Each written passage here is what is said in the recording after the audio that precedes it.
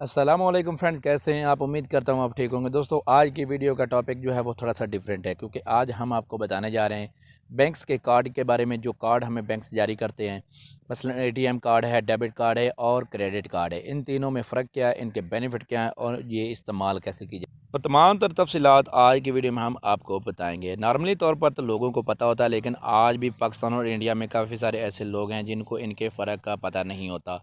तो आज हम इनके बारे में आपको तफसील से बताएंगे और इनमें फ़र्क वाज़ा करेंगे। तो चलो दोस्तों, वीडियो शुरू करते हैं। तो फ्रेंड, बैंक आम तौर पर हमें 3 तरह के कार्ड जारी करता है, जिनमें सबसे पहले एटीएम कार्ड है। तो एटीएम कार्ड क्या है? एटीएम कार्ड हमारे बैंक अकाउंट से मुंसलिक होता है, जो बैंक हमें जारी करता है। इसके ज़रिए हम इसको इस्तेमाल करके किसी भी एटीएम मशीन से अपनी रकम जो है वो निकाल सकते हैं, अपने अकाउंट को मेंटेन रख सकते हैं, अपने अकाउंट की तफसीलात देख तो सकते अच्छी हैं। चीज़ है, हम इसे इस्तेमाल करके अपने बैंक अकाउंट को मेंटेन कर सकते हैं। लेकिन इसका एक प्रॉब्लम यह है कि हम इससे ऑनलाइन शॉपिंग नहीं कर सकते। जी हाँ, ये ऑनलाइन शॉपिंग के लिए कार्ड नहीं होता, ये सिर्फ जस्ट एटीएम से, बैंक से कोई भी रकम निकलवाने के लिए होता है। तो फ्रेंड, अब बात करते हैं डेबिट कार्ड की। तो डेबिट कार्ड जो होता है वो एटीएम कार्ड से एडवांस काम करता है। ये भी आपके बैंक अकाउंट से मुंसलिक होता है। इससे भी आप एटीएम मशीन में यूज़ कर सकते हैं। यूज़ करके इससे भी आप अपने बैंक को जो मेंटेन कर सकते हैं। लेकिन डेबिट कार्ड और एटीएम कार्ड में फ़र्क क्या है?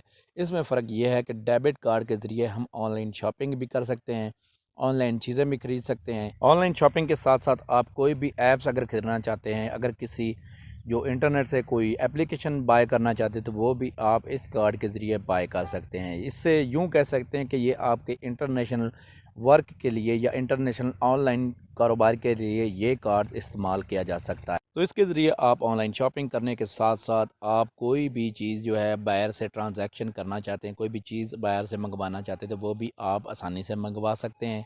इसकी सालाना फ़ीस होती है, मुख्तलिफ़ बैंक्स की मुख्तलिफ़ फ़ीस होती है। आप अगर पे करते रहते तो आपके ये कार्ड जो है वो एक्टिव रहता है। तो यहाँ पर बात करते हैं अब क्रेडिट कार्ड की। तो क्रेडिट कार्ड जो होता है वो एटीएम डेबिट कार्ड से बहुत ज़्यादा एडवांस है, क्योंकि इसके ज़रिए अगर हमारे अकाउंट में रकम नहीं भी तो हम इसके ज़रिए ऑनलाइन शॉपिंग वगैरह कर सकते हैं। तो बेसिकली ये कार्ड हमें उधार लेने में मदद देता है। हम इसके ज़रिए कोई भी चीज़ जो है वो उधार खरीद सकते हैं। कोई अगर हमारे अकाउंट में 1 रुपया भी नहीं है, तो इसको इस्तेमाल करते हुए बैंक हमें ये सहूलत देता है कि हम क्रेडिट कार्ड को यूज़ करके कोई भी चीज़ जो है वो उधार खरीद सकते हैं। यानी कि ये रकम बैंक वाले फ्राहम कर देते हैं और हमें जो है वो एक टाइम पर बैंक वालों को वापस करना होती है। अगर हम उस टाइम पर वो बैंक को वापस नहीं करते तो हमें जो है इंटरेस्ट देना पड़ता है। इंटरेस्ट आप समझते होंगे कि सूद जो है वो हमें देना पड़ता है। तो सूद एक बुरी चीज़ है। हमने आपको शुरू में बताया था कि एंड में हम आपको एक चीज़ बताएंगे, तो वो यही थी कि बतौर मुसलमान मेरा ये फ़र्ज़ बनता है कि मैं आपको लोगों को इस चीज़ से रोकूं।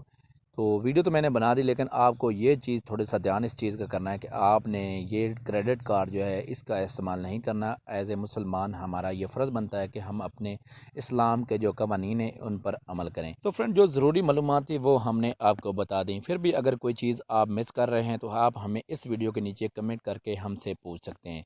फ्रेंड्स, आज की वीडियो में इतने। अगर आपको हमारी आज की वीडियो अच्छी लगी हो तो लाइक और चैनल को सब्सक्राइब करना मत भूलिए।